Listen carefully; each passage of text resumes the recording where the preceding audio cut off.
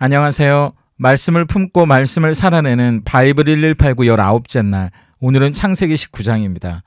지난 18장에서 아브라함은 하나님 일행을 대접하는 놀라운 일을 경험하게 되고, 또 아내 사라가 직접 하나님께 1년 뒤에 아들을 얻게 되리라는 약속을 받게 됩니다.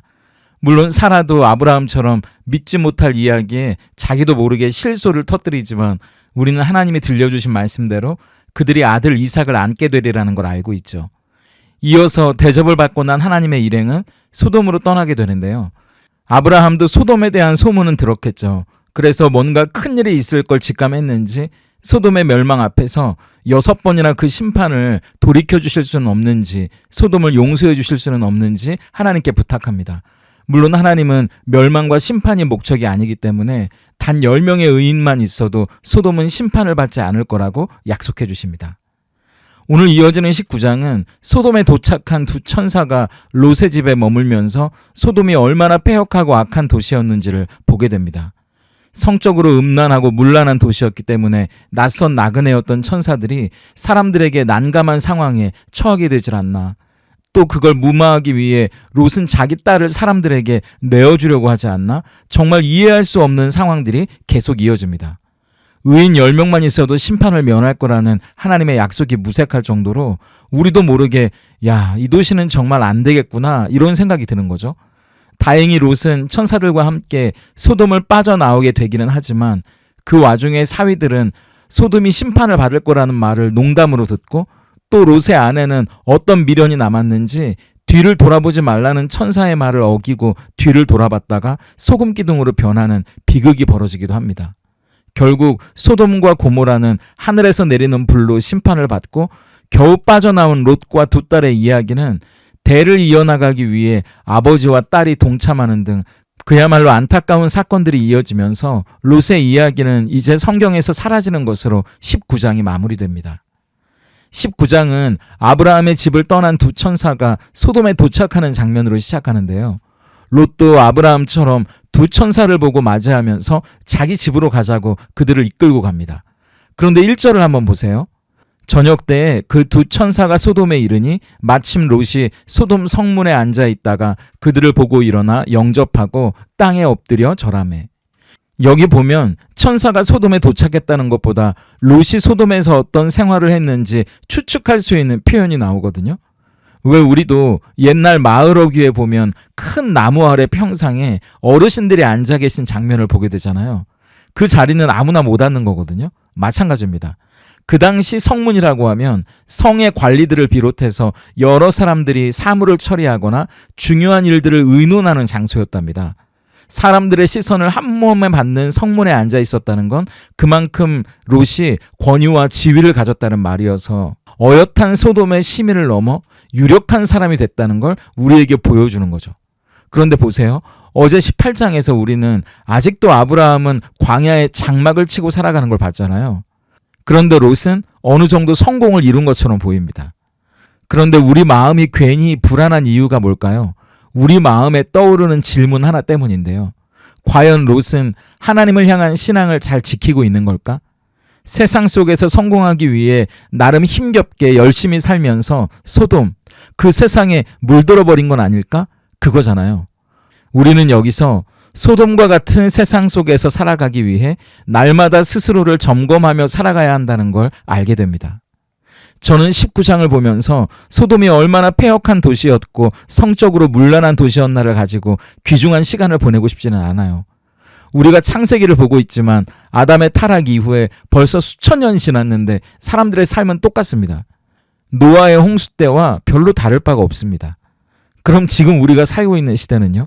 우리를 둘러싼 환경이 달라지고 기술이 발달했을 뿐 죄성을 가진 인간의 탐욕, 음란, 무자비함은 달라지지 않습니다. 그러니까 우리의 관심은 세상이기보다 그 안에서 살아가는 하나님의 사람들입니다. 신앙을 가지고 그 세상 속에서 고군분투하며 넘어져도 일어서고 가까스로 그 믿음을 지키며 살아가는 사람들, 바로 그들에게 우리의 관심이 있는 겁니다. 우리가 롯을 보면서 불안하게 던지는 그 질문을 사실은 롯 자신이 스스로에게 던지며 살아갔어야 했다는 거죠.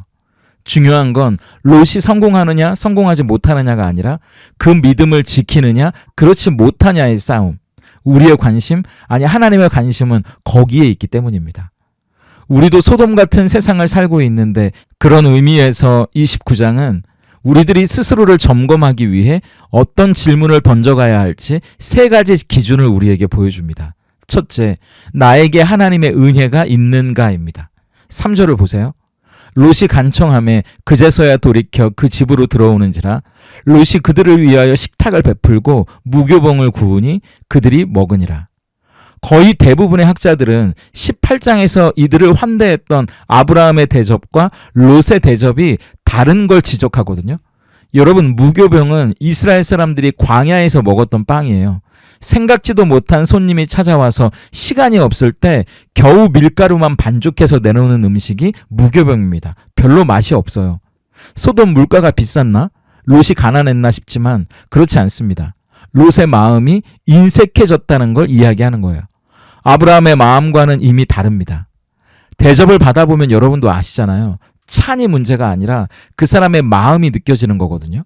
성경은 롯이 이들을 후하게 대접할 생각까지는 없었다는 걸 보여주는 겁니다. 우리도 도시에 살면 각박해진다고 하잖아요. 근데 요샌 시골에 살아도 그렇다고 하더라고요. 문제는 어디에 사느냐가 아닙니다. 하나님이 그 마음에 없어지면 각박해지고 인색해질 수밖에 없는 거예요. 저는 목회자라 수많은 사람들을 만나보지만 오히려 가진 게 없어도 힘들게 살아도 그 마음에 하나님이 있으면 콩 한 쪽이라도 나누고 뭐 하나라도 함께 하고 싶어 하시는 분들을 정말 많이 봤습니다. 그런데 아무리 많은 걸 가져도요, 하나님의 사랑과 은혜가 그 안에 없으면 그게 다 아까워 보이는 겁니다. 내 안에 은혜가 사라지기 시작하면 말이죠. 그렇다면 우리 안에는 하나님의 은혜가 풍성히 차고 넘치고 있나요? 그것을 우리 스스로에게 물어봐야 합니다. 둘째, 나는 성경적인 가치관으로 판단하고 선택하는가입니다. 옛말에 뜻이 있는 곳에 길이 있다는 말이 있잖아요. 그럼 여러분, 뜻이 없으면 길이 있는 곳으로만 다닐 수밖에 없다는 거 아닙니까? 이미 사람들이 밟고 지나갔기 때문에 거기에 길이 난 걸 텐데 뜻이 없으면, 우리가 뜻을 세우지 않으면 길이 나 있는 곳으로만 다닐 수밖에 없는 거예요. 그러면서 자기 합리화를 합니다. 이게 길이라고요. 다 사람들이 이 길로 다닌다고요. 아니요. 그럼 세상과 다를 게 뭐가 있겠습니까? 천사들이 롯의 집에 묵으니까 온 동네 사람들이 나이가 적거나 많거나 다 그 집을 둘러싸고 그 방문객을 내놓으라고 소란을 피우거든요. 왜냐하면 성적인 욕망을 채우겠다는 거죠. 얼마나 소돔이 타락한 곳인지 우리에게 보여주는 거잖아요. 4절을 보면 그 동네 사람들이 다 나왔다고 하거든요. 전부입니다. 할 말이 없게 만드는 상황이죠. 그런데 문제는 롯이에요. 8절을 보세요. 내게 남자를 가까이 하지 아니한 두 딸이 있노라. 청하건대 내가 그들을 너희에게로 이끌어내리니 너희 눈에 좋을 대로 그들에게 행하고 이 사람들은 내 집에 들어왔은즉 이 사람들에게는 아무 일도 저지르지 말라. 아니, 소돔 사람들이야 그렇다 쳐도요, 롯의 제안도 너무 황당하지 않습니까? 어처구니가 없는 말이죠. 여러 책들을 제가 보니까 실제로 중동 지방에서는 자기 집에 들어온 나그네를 접대하고 보호해야 한다는 체면이 더 중요했대요. 그래서 이런 일이 가능하다고 하더라고요. 아니, 그런데 그건 하나님을 모르는 이방 사람들이나 하는 비도덕적인 생활 방식이잖아요. 롯은 지금 뭐가 성경적인가? 하나님이 기뻐하시는 게 뭔가를 고민하는 게 아니라 어떻게 이 상황을 모면할까? 어떻게 이 문제를 잘 해결할까만 생각하고 있다는 겁니다. 여러분, 모습만 다를 뿐 우리도 이럴 때가 얼마나 많은지 몰라요. 하나님이 기뻐하시는 게 뭔지, 성경에서 말하는 게 뭔지가 아니라 내 안위가 더 중요하고 세상 사람들도 다 그렇게 한다더라가 되면 나도 모르게 정작 선택은 세상의 가치관과 똑같은, 세상 사람들이 하고 있는 것과 똑같은 방법을 취하게 되는 겁니다. 14절을 한번 보세요. 롯이 나가서 그 딸들과 결혼할 사위들에게 말하여 이르기를 여호와께서 이 성을 멸하실 터이니 너희는 일어나 이곳에서 떠나라 하되 그의 사위들은 농담으로 여겼더라. 12절에 천사들이 도저히 이곳은 희망이 없다고 느껴지니까 심판은 피할 수 없어서 롯에게 사위나 자녀나 관련된 사람들을 데리고 빨리 이 소돔성에서 나가라고 이야기합니다. 그래서 롯이 사위를 찾는데요, 그 사위들도 소돔 사람들이었다는 거예요. 롯이 지금 자기 소중한 딸을 어떤 사람들과 약혼시켰는지 한번 보세요. 성적으로 타락하고 문란한, 그래서 하나님의 경고까지도 농담으로 여길 만한 사람과 약혼시킬 정도로 롯의 판단 기준은 이제 세상 사람들과 하나도 다를 바가 없는 겁니다. 우리는 세상의 가치관을 따르고 있는지 아니면 성경의 가치관, 하나님이 기뻐하시는 것을 따라 선택하고 있는지 스스로에게 물어봐야 합니다. 셋째, 나는 하나님의 사람으로 영향력을 끼치고 있는가입니다. 여러분, 주머니 속의 송곳은 감출 수가 없는 거예요. 우리가 하나님의 말씀을 붙들고 살면 세상과 다를 수밖에 없습니다. 세상 사람들은 그걸 욕할 수 있겠죠. 그런데 동시에 그걸 보면서 스스로 부끄러워하기도 하고 일종의 경외심을 느끼거든요. 그게 우리의 영향력이 되는 겁니다. 그런데 하나님의 사람으로 살아가야겠다는 어떤 뜻도 세우지 않으면 그냥 사람들 다니는 길로 다니고 세상 가치관으로 살다 보니까 내 주변 사람들에게도 어떤 영향력을 끼치지 못하는 거예요. 롯이 그랬다는 겁니다. 남편으로서, 아버지로서 해야 하는 건 뭐고 하지 말아야 하는 게 뭔지 그 기준을 가족 안에서 보여주지 못하니까 사사기처럼 다 자기 소견에 옳은 대로 결정하고 선택하게 된다는 거죠. 천사가 절대로 뒤를 돌아보지 말라고 했는데 롯의 아내는 뒤를 돌아보다 소금 기둥이 돼버리고 맙니다. 겨우 소돔에서 살아나온 두 딸은 아버지에게 술을 먹이고 동침해서 대를 이어나가는 선택을 하게 되거든요. 여기서 길게 이야기하지는 못하지만 두 딸의 선택은 성적인 죄 이전에요. 대를 이어나가야 한다는 자기들로서는 절박한 문제를 가장 인간적인 방법으로 해결하려고 했다는 겁니다. 가장 세상적인 방법으로 문제를 풀어가려고 했다는 게 문제였다는 거예요. 해야 되는 게 뭐고 하지 말아야 되는 게 뭔지 롯은 어떤 선한 영향력도 끼치지 못했다는 겁니다. 그렇다면 우리는 세상 가운데 어떻게 다른 삶을 살아가고 그들에게 어떤 선한 영향력을 끼치고 있는지 스스로에게 물어봐야 합니다. 그럼 소돔과 같은 이 세상 속에 살아가는 우리의 선택은 뭐여야 할까요? 익숙하고 편안한 삶, 그것이 나쁜 게 아니고요. 그것이 우리의 신앙을 무너뜨린다면 그 익숙하고 편안함을 뒤로 하고 새롭게 결단하는 겁니다. 19장의 답은 하나예요. 15절을 세 번역으로 볼까요? 동틀 무렵에 천사들이 롯을 재촉하여 말하였다. 서두르시오. 여기에 있는 부인과 두 딸을 데리고 여기를 떠나시오. 꾸물거리고 있다가는 이 성이 벌을 받을 때에 함께 죽고 말 것이오. 여러분, 신앙은요, 날마다 새롭게 결단하는 겁니다. 어제 결단한 걸로 오늘을 사는 게 아니에요. 매일 아침 일어나면서 결단하고 또 결단해야 그 결단이 우리를 지키고 그 결단이 우리를 이끌고 가는 거거든요. 본토 친척 아비집을 떠나왔던 것처럼 다니엘이 화려한 도시, 먹을 것이 넘쳐나는 바벨론에서 뜻을 세우고 고기를 먹지 않았던 것처럼 우리는 결단하는 겁니다. 매일 말이죠. 익숙하고 편안한 삶이지만 그 익숙하고 편안함이 우리를 오히려 하나님과 멀어지게 만든다면 하나님과 가까워질 수 있도록 새롭게 시작해보기를 결단하는 겁니다. 그런데 첫째, 빨리 결단하셔야 돼요. 꾸물거리고 있다가는 큰일 나는 겁니다. 하나님의 뜻대로 살려는 결단은 더 이상 미룰 일이 아니에요. 지금 하십시오. 그리고 둘째, 하나님이 기뻐하는 선택을 하세요. 여러분, 무엇이든 결단이라는 건 어렵잖아요. 그렇다면 기왕에 하실 거면 할 때 제대로 하세요. 적당하게가 아니라 이번엔 진짜 하나님이 기뻐하시는 게 뭔지 그걸 선택하세요. 재미있는 게요. 천사가 롯에게 한 성을 보여주면서 거기로 피하라고 이야기하거든요. 20절 롯의 대답을 보세요. 보소서 저 성읍은 도망하기에 가깝고 작기도 하오니 나를 그곳으로 도망하게 하소서. 이는 작은 성읍이 아니니까 내 생명이 보존되리이다. 롯은 화려하고 폼나는 데서 살고 싶어 했던 사람이거든요. 그래서 소돔을 선택하지 않았습니까? 그런데 정작 롯을 살리는 건 작은 성, 사람들이 찾지 않는 성이었다는 겁니다. 롯이 처음부터 그렇게 선택할 수 있는 사람이면 얼마나 좋았을까요? 여러분, 뜻이 있는 곳에 길이 있는 걸 넘어서 뜻이 있는 사람은 길이 없는 곳에도 길을 만들면서 걸어갑니다. 그동안 롯은 뜻이 없으니까 길이 난 곳으로만 다녔던 사람이거든요. 세상 사람들이 크다고 말하고 좋다고 말하고 폼나 보이는 걸 똑같이 따라줬는 사람이었습니다. 그런데 뜻이 있으면 길이 보이는 겁니다. 길이 없다고 불평하는 게 아니라 하나님의 말씀을 붙들고 하나님과 함께 걷는 사람에게는 길이 보이는 거예요. 그리고 아무도 찾지 않고 아무도 걷지 않은 그곳에 길을 만들며 걸어가는 겁니다. 크고 아무리 사람이 많이 다녀도 하나님이 안 계시면 거긴 길이 아니고요.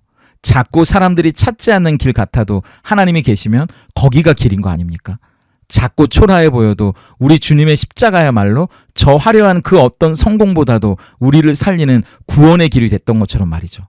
그 십자가를 붙드는 선택이야말로 이 폐역하고 악해져가는 어두운 세상에 우리가 할 수 있는 가장 빛나는 선택이 된다는 사실을 기억하면 좋겠습니다. 큰 것, 화려한 것, 익숙한 것, 편안한 것, 그것이 우리를 살리는 게 아니라 작아도 새로워도 어색해도 낯설어도 초라해도 사람들이 찾지 않는 것 같아도 그곳에 하나님이 계시면 그곳이 우리를 살리는 겁니다. 뜻이 없으면 롯처럼 이리저리 바람이 부는 대로 흔들릴 수밖에 없어요. 마음은 인색해져 가고 세상과 다를 바 없어지고 어떤 영향력도 미치지 못하게 됩니다. 하지만 뜻이 단단히 서고 우리 마음에 결단이 서면 오히려 다니엘처럼 길을 만들며 걸어가는 겁니다. 작고 초라해 보여도 하나님이 함께 하시는 그 길을 갈 수 있는 거예요. 그게 우리가 진정 사는 길이니까요. 그게 예수님이 가셨던 길이니까요. 소돔과 같은 점점 폐역하고 악해져가는 세상 가운데 우리는 그 길을 걷는 사람이면 좋겠고 그 길을 위해서 서로 용기와 힘을 줄 수 있는 우리이기를 소망합니다. 오늘 바이블 1189 적용입니다. 우리는 소돔과 같은 세상에서 날마다 스스로를 점검하며 살아야 합니다. 나도 모르게 내 마음이 인색해지고 있지는 않은지, 성경이 아니라 세상의 가치관대로 살고 있지는 않은지, 나는 하나님의 사람으로 선한 영향력을 미치고 있는지, 이 세 가지의 기준으로 소돔과 같은 세상에 사는 스스로를 점검해 보면 좋겠습니다. 둘째, 신앙은 날마다 새롭게 결단하는 겁니다. 오늘 나는 하나님의 사람으로 어떻게 살아가기를 결단하고 계신가요? 세상과 다른 삶, 세상을 감동시킬 수 있는 삶이 무엇인지 고민해 보시고요. 그걸 실천해 보는 하루가 되기를 바랍니다. 함께 기도하겠습니다. 소돔과 같은 세상에서 여전히 우리에게 은혜를 베푸시고 구원의 손길을 내미시는 하나님 감사합니다.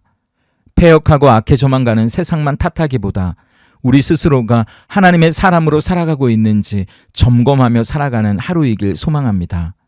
우리 안에 하나님의 은혜가 있는지 돌아보게 하셔서 내 것 나눠주기를 인색해하는 것이 아니라 후히 주시고 넘치도록 주시는 풍성하신 하나님의 은혜가 나를 채우고 흘러가게 하시옵소서. 세상의 가치관이 아니라 하나님의 말씀이 어디를 가리키는지 볼 수 있게 하셔서 내 뜻과 세상의 기준대로 살지 않고 하나님의 말씀대로 살아가게 하시옵소서.